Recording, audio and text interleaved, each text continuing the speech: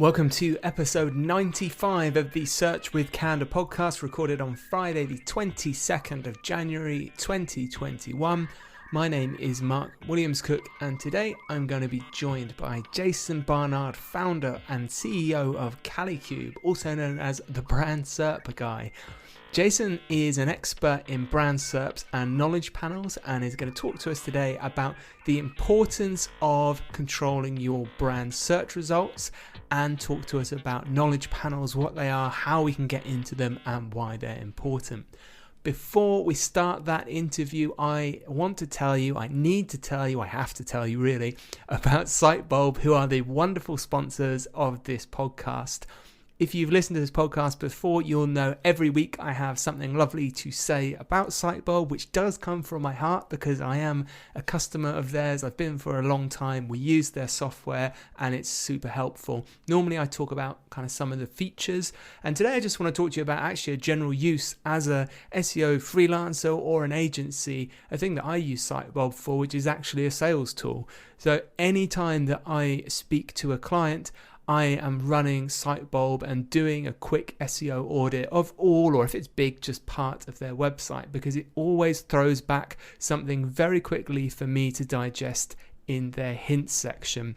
So literally today I spoke to a client, and during the call we were just doing the usual chat about SEO, and I was running this crawl in the background, and immediately I started seeing Sitebulb flagging up issues with their canonical tags were wrong. And this immediately on the call, then I could show them some of their key pages where the canonical tags were wrong and showing them that Google was therefore ignoring these pages. It was paying attention to those canonicals, and it was one of the reasons they didn't have the visibility they wanted. So Sitebulb, if you haven't still somehow heard of it, is a desktop Windows Mac based SEO audit piece of software. They've got a great deal with us, which is that you can get a free trial for 60 days, no credit card required. Sitebulb.com/SWC. Very important you put in the /SWC because that's what gets you your 60-day free trial. Go and give it a try.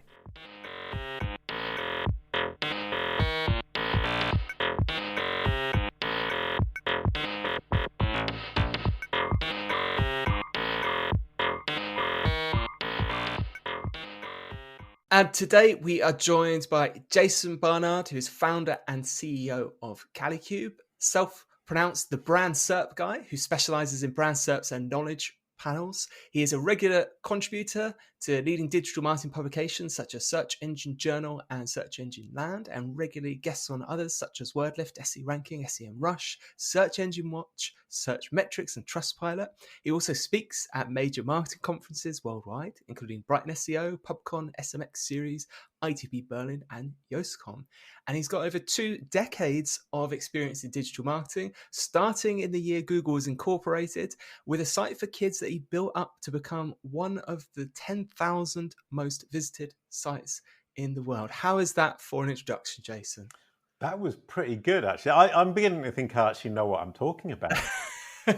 So, I mean, let's dive straight in. Tell me about this site so that's quite an accolade, saying, you've built a site that became one of the 10,000 most visited sites in the world. 10,000 sounds like a big number, but the web is incredibly big. So that's quite an achievement. So what's that all about? Well, it was less big in 2007, which is when that figure was from. But I mean, even so, for any kids site to be in the top 10,000, it means we're competing with the CBs, is that what it's called? The BBC Kids programs, PBS in America. We were competing with Disney. It was nuts. And we were a little company, 10 employees in Mauritius, just off the coast of Madagascar, building this mad site for kids. And it was such a lot of fun. And it actually started because I was a musician, or I am a musician. And the band I was in, I was a professional punk folk musician playing the double bass. The band split up, and my wife and I created these characters. First off, as a music project where I wrote songs for kids. I ended up writing 96 songs for kids over 7 or 8 years. And we set up the site because we couldn't get the record released. And the site, I built it in Flash. I bought a copy of Flash. At the time, it was Macromedia Flash 3 in 1998. And built the site learning Flash And we created these characters, Buwa, a blue dog, and Koala, a yellow koala. And over the 10 years from 1998 to 2008, it built up steadily. It was great quality content. We had an amazing set of animators in Mauritius. My wife's a brilliant illustrator. I think we did some great content for kids. And by 2007 was the key year when we hit the peak. After that, the company fell apart, and I'm no longer doing it. It still exists, but nobody ever visits it. My business partner took it over, and he just threw it in the bin, as far as I'm concerned. He's rubbish.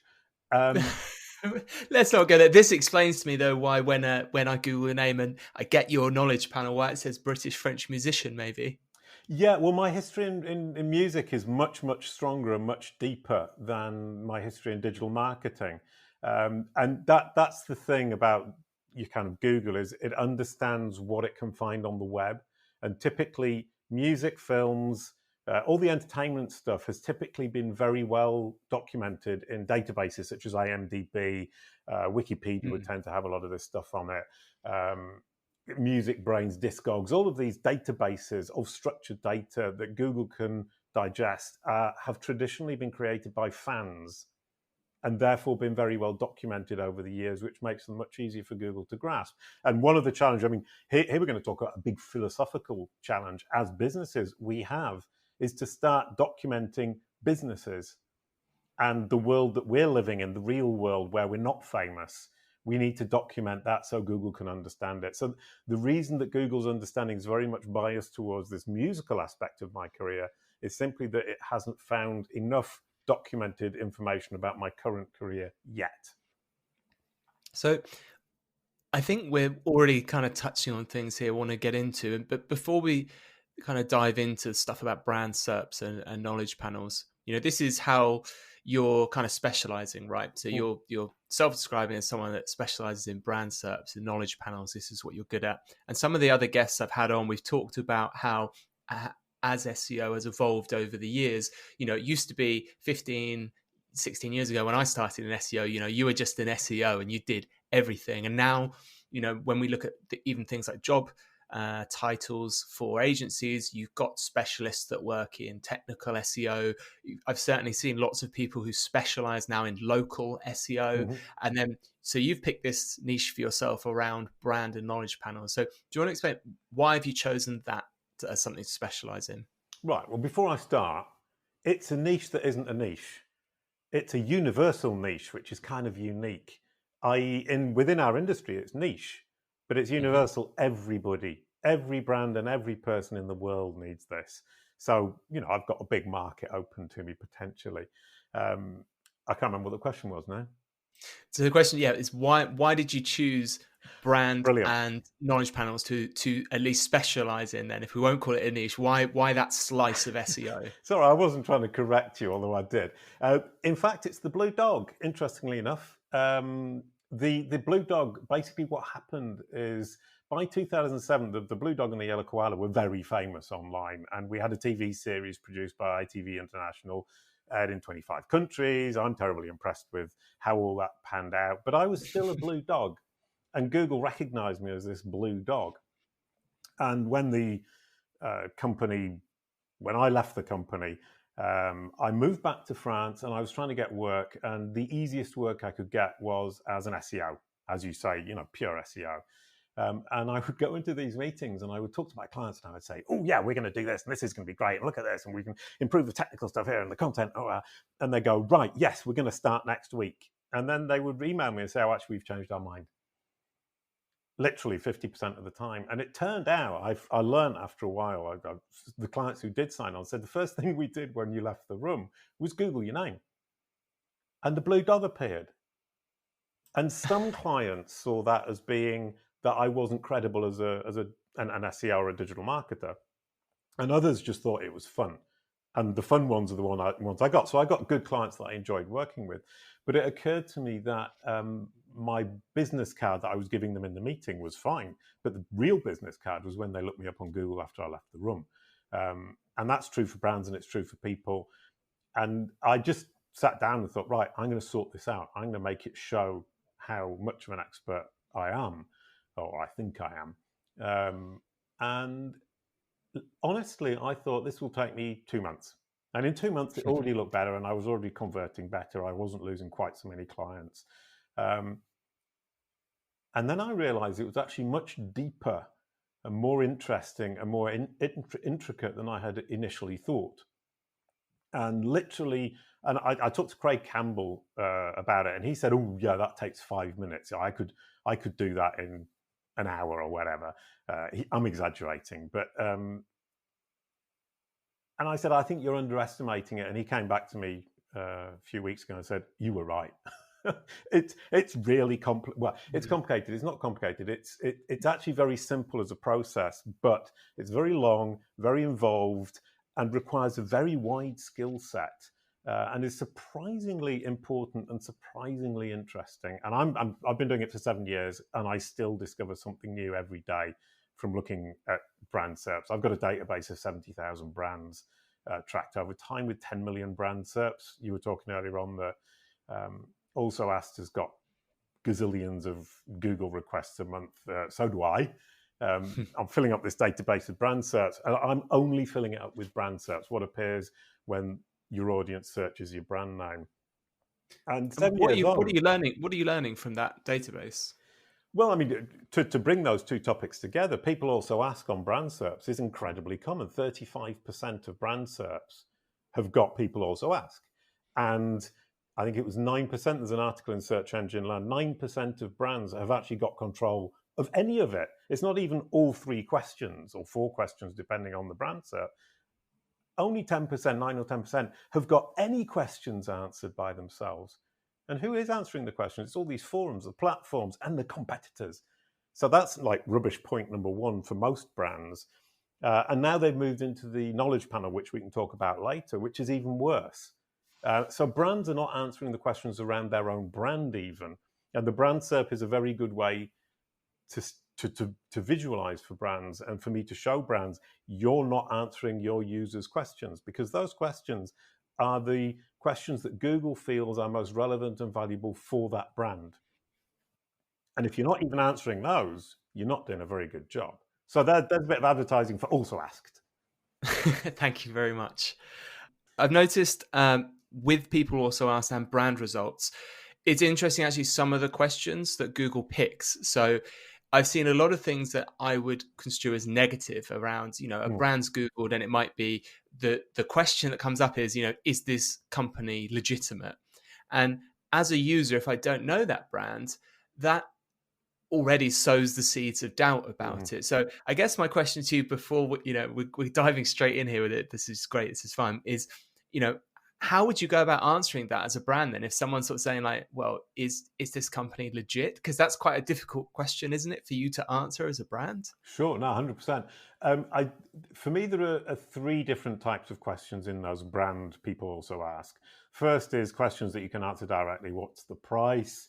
Who's the CEO, for example? Those are things typically you can easily get with your own site because you're an authority about yourself, so that's obvious. And if you don't have them, it just means you haven't answered the question on your site in a way that Google has managed to digest it. You haven't packaged the answer if you've given it, or you just haven't answered it. The second are those, for me, that question, is it legit, is on the cusp. You could potentially answer it, but potentially you're not the best person to answer it. But Google doesn't always get that one right, and there isn't any reason why you can't answer that specific question or one of those cusp questions. You just need to tread very carefully. You are an authority on yourself, and for that question, I would write a Q&A or an FAQ saying, is it legit? Here's where we come from. We are legit, and here's the proof, here's the reviews, here's our customer, and so on and so forth. So I would argue that a lot of the time you can still get those, even though it doesn't seem you can. And the third type are the generic questions. If you search for something like SE ranking, around that, it will ask questions like, how do I track a keyword? Or what is domain authority? Excuse me. At which point, for example, there you might have Moz who would rank. There's no reason you can't answer that question about your industry better than Moz, better than somebody else, another competitor. So, I mean, that would typically be a case of a competitor being there. And that would then, for me, imply that you need long form content because you're answering a deeper question about your industry. And the interesting thing from a brand SERP point of view and a knowledge panel, which we'll come to later, is once Google starts putting those questions on your brand SERP, it means it's understood who you are and what you do. And once it starts putting relevant questions about your industry, it's nailed your industry. And there we're looking into the topic layer, which Gary Ellis was talking about at the end of last year. And the topic layer is, what topics are you specialized in? And Google is now starting to understand that. And if you think about it as a brand, that's fundamental to everything you're doing in SEO and digital marketing for that matter, that these machines, and it's not just Google, it's Facebook, it's Apple, it's Amazon, it's Bing, Microsoft, is that they understand who you are, what you do, and who your audience is. That's the little triplet. If they've understood that, they can potentially offer you up as a solution to their users, which is what they're all aiming to do. And if they don't understand who you are, what you do, who your audience is, how can they possibly do that? And that last one, who your audience is really interesting from Google Discover, which is Google now pushing content to people through Google Discover, is if they've understood who your audience is, then they can push your content to the audience. If they don't understand who your audience is, you can't be part of Discover, full stop. So you've got, for me, those elements are fundamental, and the questions that you're seeing on your brand SERP, but in fact, the brand SERP as a whole should always reflect, who you are, what you do, who your audience is, where to find you, and it must be accurate, positive, and convincing. And it's really simple. So really then, if we're getting these people also ask questions that are appearing when we do a brand search and they're relevant to our industry, that's a really good sign, basically, that the machines have started to understand that we are a brand, and we are involved in this industry. Yeah, just sorry, before that leads you to the next part, is those people also asking, and I don't think everybody in the industry agrees with me, but I've started to identify what I'm calling entity elements. I call everything that isn't a blue link on the SERP a rich element. It's such a generic term that it can include anything that isn't a blue link.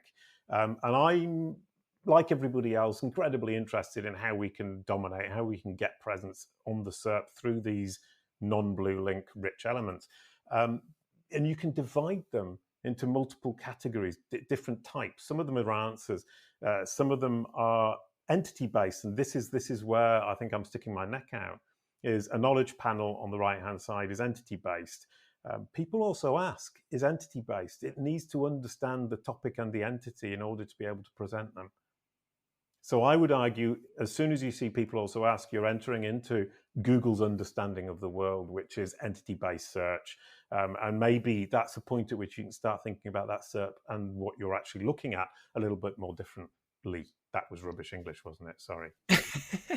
I mean, I think brand has always been kind of the gold standard of marketing, before SEO existed.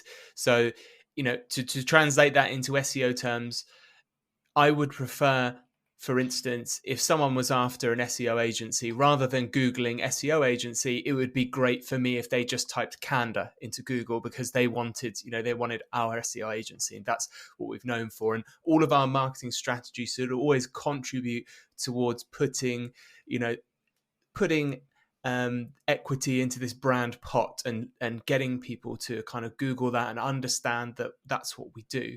So I'm interested, and you have touched on this, about how it's changed over time, specifically with SEO and specifically with Google, because you've touched on entities. That's something we've talked about on the podcast before, which is, entities are kind of like things, and Google wants to understand things and their relationships rather than just understanding search strings. So how do you see now the importance of entities, and how is that related to knowledge panels? Because you said they were connected. Right, yeah. There was about 15 questions in one there. There was. I mean, the whole thing about brand, if we come back a step, John Mueller started talking about pull queries. And when he says pull queries, he actually means brand queries. And he sent me a message saying basically, brand SERPs are going to be important. This is something big, because Google are now explicitly saying you actually want to encourage those pull queries. You want to encourage people to search for your brand name. And once you say that, obviously the brand cert becomes phenomenally important.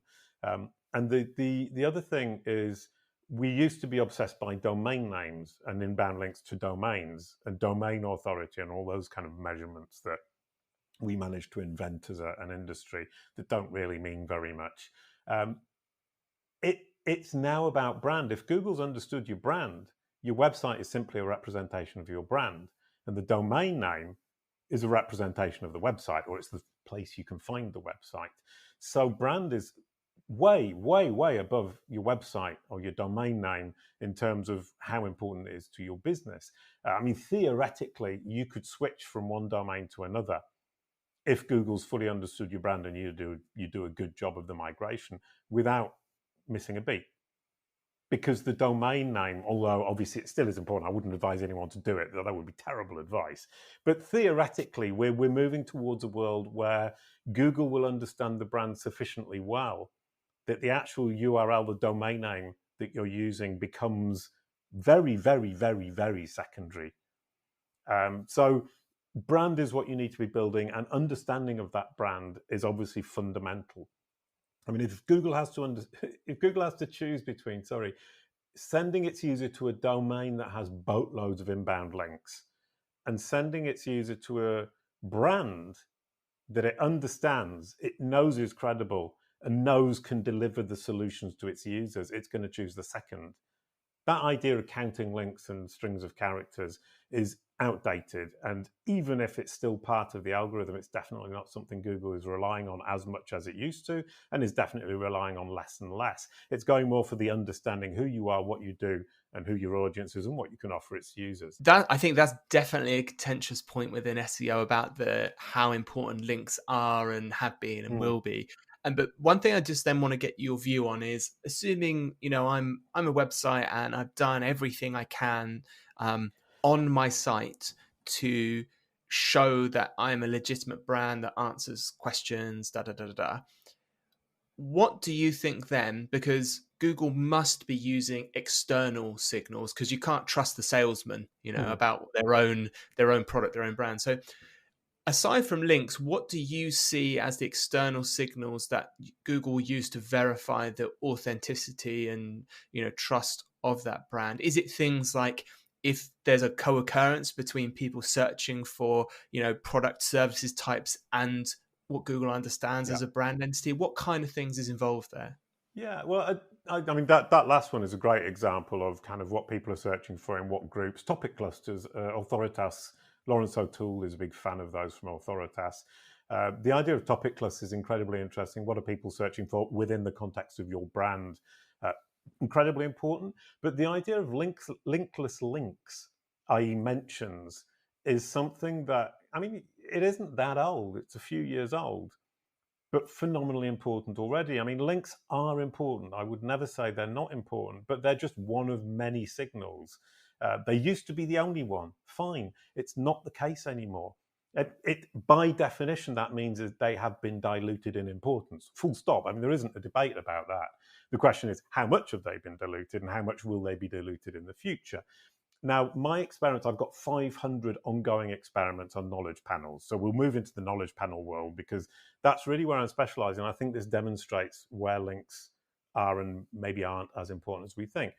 With WordLift, I'm building an entity-based content model. And it's a semantic AI, a semantic SEO tool using AI that generates schema markup for WordPress sites, basically.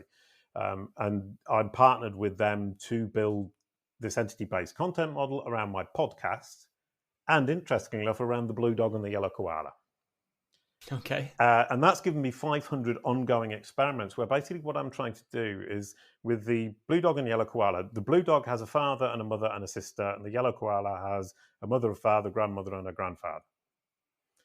And so far, what we've managed to do is build that family tree in Google's brain. And if you search for, this is great, if you search for Daddy Koala on Google, you will see a knowledge panel.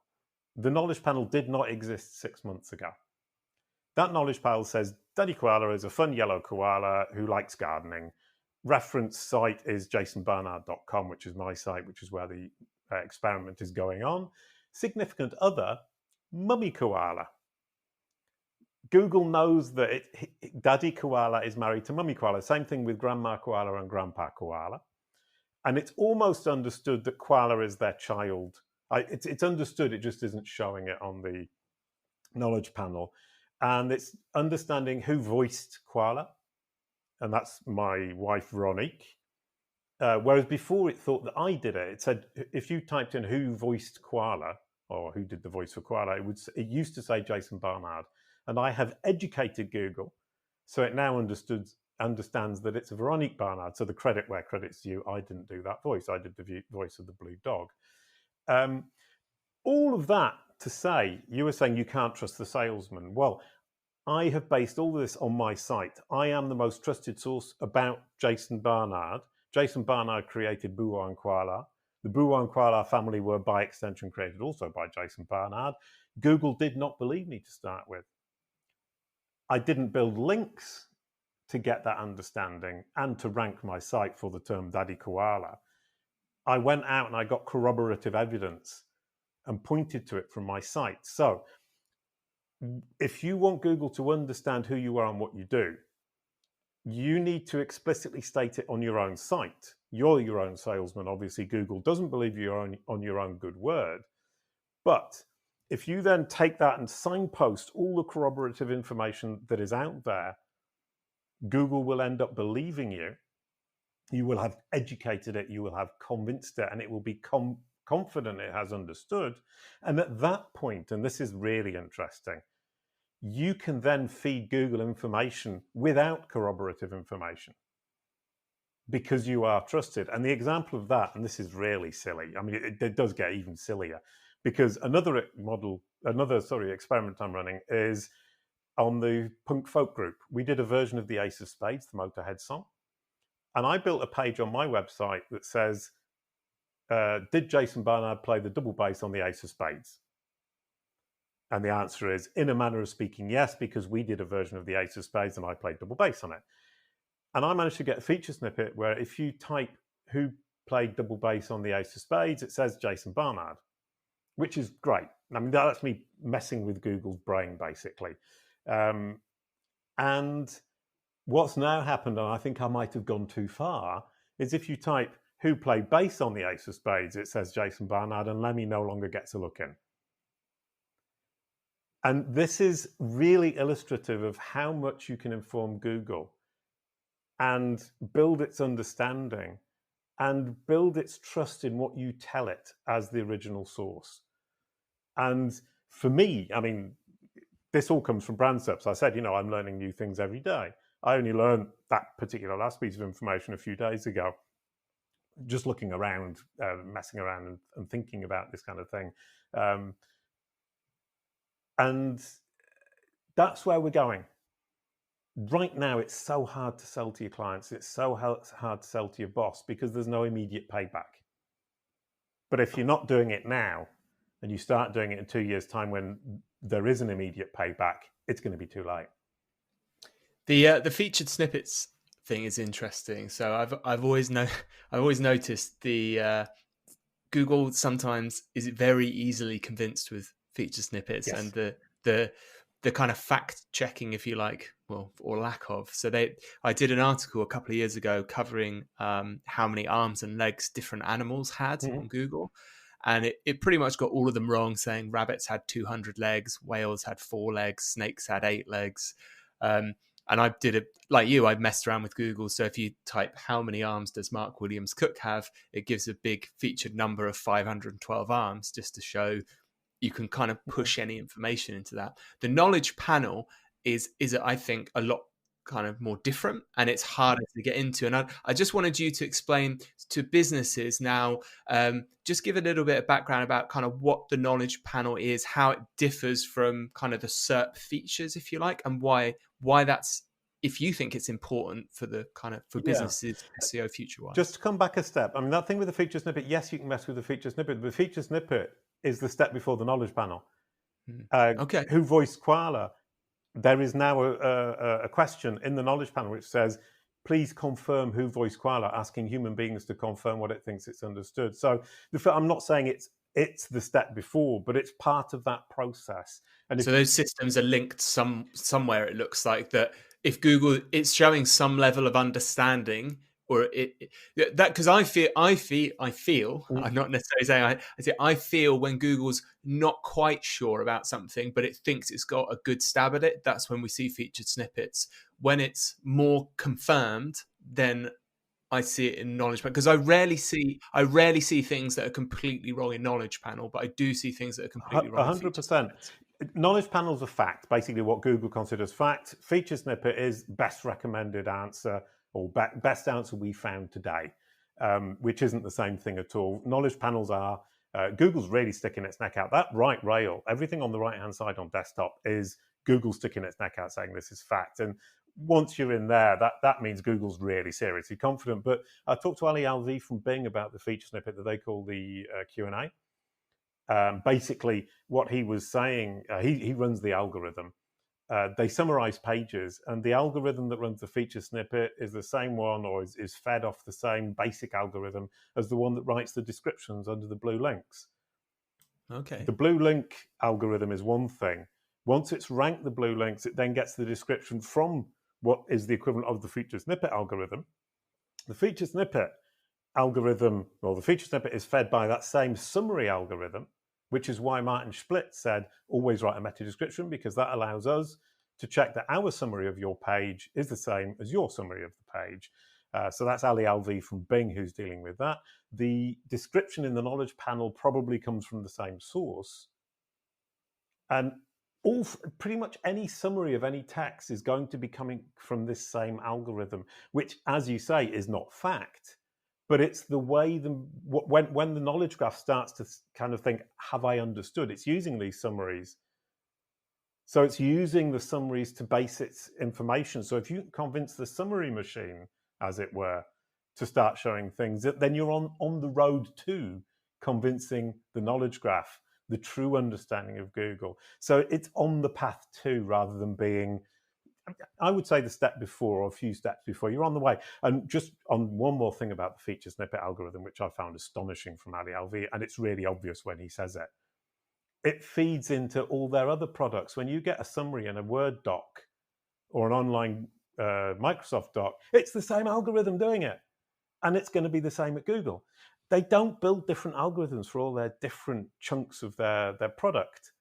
So all of this is feeding from the same algorithm. So once you've understood which different algorithms you're looking at, you're actually able then to optimize for all the products within any given brand's ecosystem. Bing and Microsoft, Microsoft and Google, excuse me. I'm getting overexcited. Microsoft and Google being the biggies. And once you get your brain around that, you're looking at, for example, the knowledge panel. The knowledge panel contains facts. For example, if you look up IBM, it will tell you who the CEO was. That's a fact. But the description it's using is more of a featured snippet, best description we can find today, because it changes over time, unless it's Wikipedia and in the knowledge graph, which is another case. But sorry, I'm getting a bit over-involved here.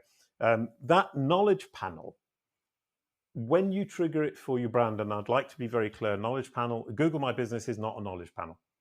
Google My Business is a business listing where you give Google the information and it shows it on your own good word, basically. As you said, you don't believe the salesman. For Google My Business, it does, because it's a business listing like Google, like Yellow Pages or something. A knowledge panel is something different. A knowledge panel is a machine that has understood you, who you are and what you do, independently of you giving it the information. You can, of course, as I said earlier on, feed it the information through the site, but the machine decides if it's true or not.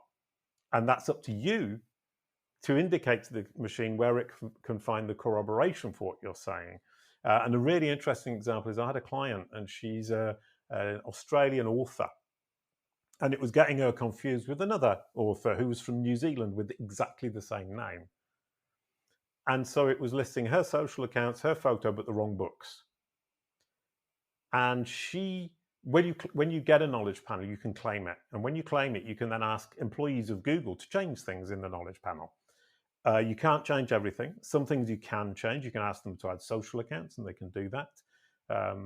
You can't ask them to change your subtitle, for example. They can't do that. They can't change your name because that's the machine. That's the basis of the understanding.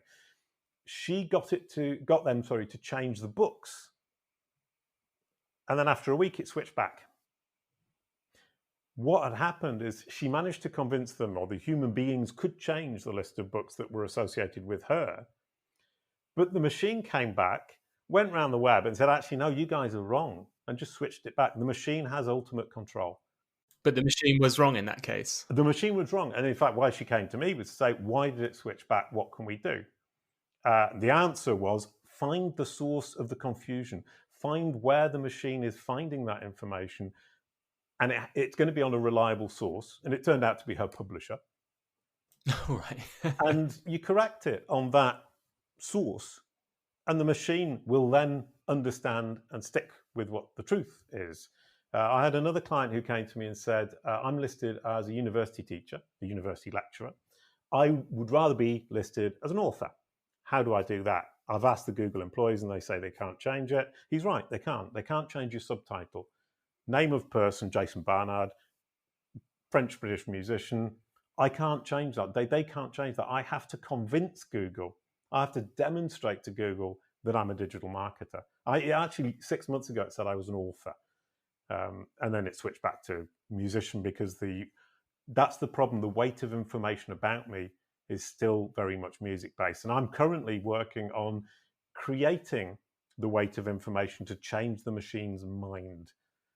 Come back and ask me in 6 months, did I manage it? And I hope so. But this particular client, we managed to get it switched. It took us 5 months, but he switched from being university lecturer to author.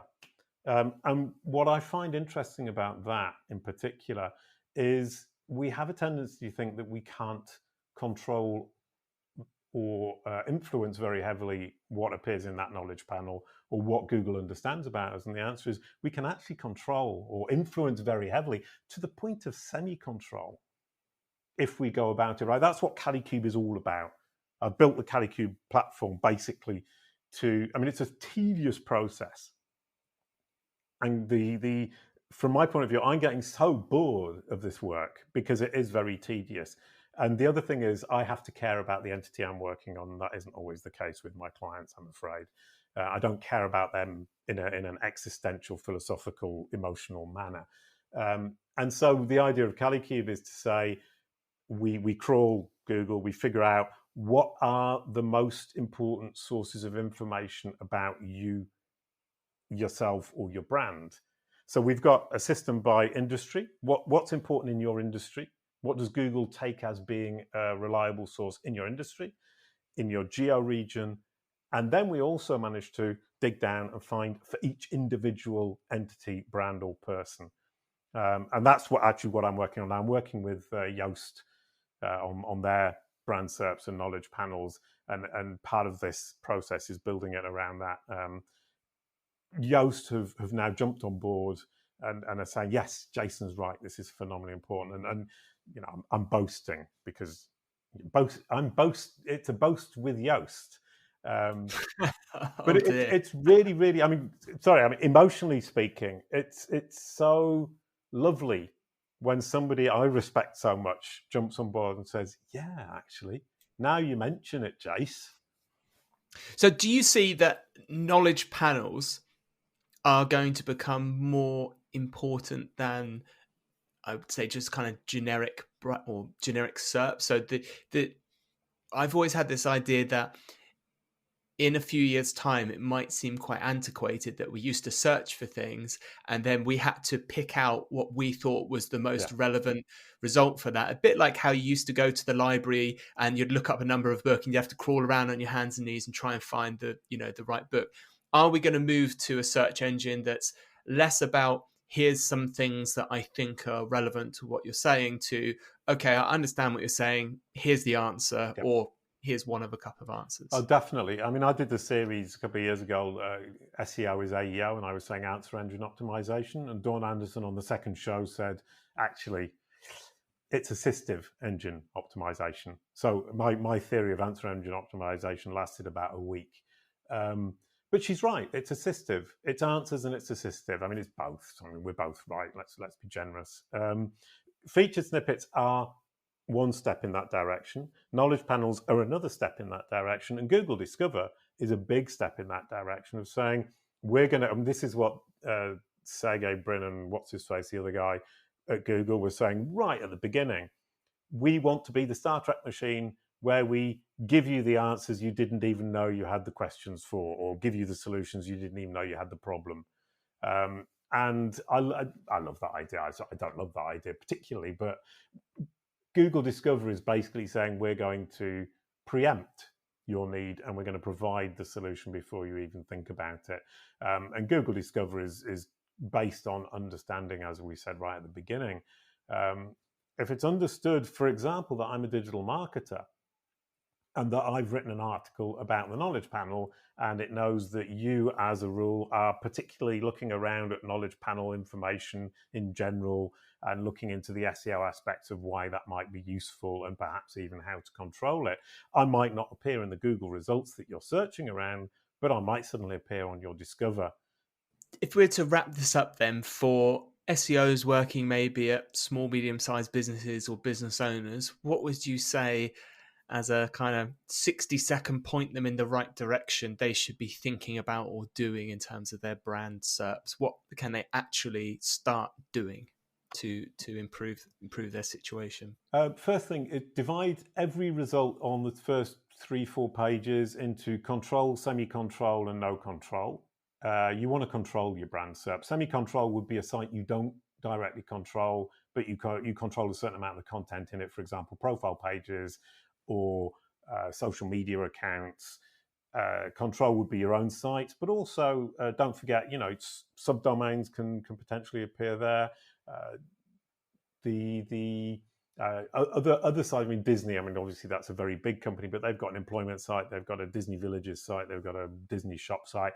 Microsoft have got multiple products. I'm about to start an experiment with Kalicube to see if I can create a second domain and rank that and dominate more of my brand SERP for Kalicube.